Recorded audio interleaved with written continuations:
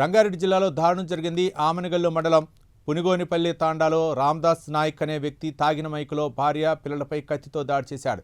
ఈ ఘటనలో భార్య కవిత, కుమారుడు హర్షత్ మృతి చెందగా కూతురు ప్రణీత్కు తీవ్ర గాయాలయ్యాయి. బాలికను చికిత్స నిమిత్తం ఆసుపత్రికి తరలించారు. ప్రస్తుతం బాలిక పరిస్థితి విషమంగా ఉందని వైద్యులు తెలిపారు.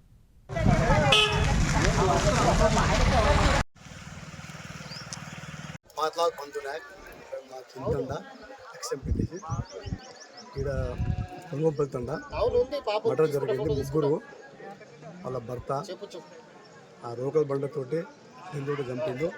పంచనామా చేస్తారు. అది చాలా ఘోరంగా ఉంది. ఇసుటోనికి ఉరి శిక్ష పడేటట్టు చేయాలి, లేకపోతే పట్టుకునే కొట్టి చంపాలని కాడికి ఉన్నాము. ఎందుకంటే ఇసుడు తాగబోతునికి ఉంచవద్దు. ఎప్పుడు తాగేది 24 గంటలు. ఎన్నోసార్లు ఈయన గురించి పోలీస్ స్టేషన్ పోయినాం. 10-20 సార్లు పోయినాం. కేసు పెట్టినాం, అని పెట్టినాం. మళ్ళీ మంచిగా అయితే మళ్ళీ చూడటం 2 ఏళ్ళు మా ఇంటికాడనే ఉండే నుంచి అలా తండ పెద్ద మనుషులు అందరు వచ్చి తొలికొచ్చారు. మంచిగా చూస్తాం, మంచిగా చేస్తాం, ఏం చేయడికని మొత్తం ఎప్పుడు తాగిండో అప్పటి నుంచి ఇప్పుడు రాత్రి ఏమైంది తెలియదు కానీ మర్డర్ చేసిన నా వల్ల చేశారు.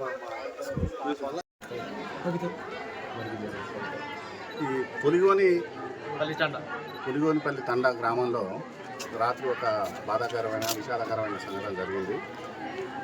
ఈ బానోతు రామ్దాస్ అనే వ్యక్తి అతను తాగి ఇంతకుముందు కూడా చాలాసార్లు పాపం అమ్మాయిని, భార్యని, పిల్లల్ని ఇబ్బంది పెట్టేవాడు. దాని క్రమాలనే రాత్రి వాడు తాగిన మైకంలో తాగి ఇంటికి వచ్చి అందుకు భార్య అడిగింది, ఇట్లా పద్ధతి కాదు, మన పిల్లలు ఉన్నారు, మంచిగా బతకాలి, ఎందుకు తాగాలి, ఎందుకు ఖర్చు పెట్టుకోవాలని అడిగినందుకు వాడు తాగిన మైకంలో కోపంతో భార్య కవితను, కొడుకు హర్షిత్, కూతురు ప్రణీత వీళ్ళని కొట్టడం జరిగింది. భార్య కవిత మరియు కొడుకు హర్షిత్ విషాదకరమైన పరిస్థితుల్లో జరిగి చనిపోయినారు. ప్రణీత కూతురు తీవ్రమైన గాయాలతోటి హాస్పిటల్లో అడ్మిట్ అయ్యింది. దాని గురించి ఇక్కడ మేము వచ్చి సీన్ విజిట్ చేసి ఇదంతా చేయడం జరిగింది. మేము ఎట్టి పరిస్థితుల్లో గ్రామస్తుల యొక్క స్టేట్మెంటు, వాళ్ళ చనిపోయిన ఆ వ్యక్తి యొక్క కవిత యొక్క సిస్టర్ అమ్మాయి తోటి దరఖాస్తు తీసుకొని ఆ నేరస్తుల విషయంలో కఠినంగా శిక్షించేందుకు అన్ని ఇన్వెస్టిగేషన్ ఆ విధంగా చేస్తామని చెప్పి తెలియజేస్తున్నాం.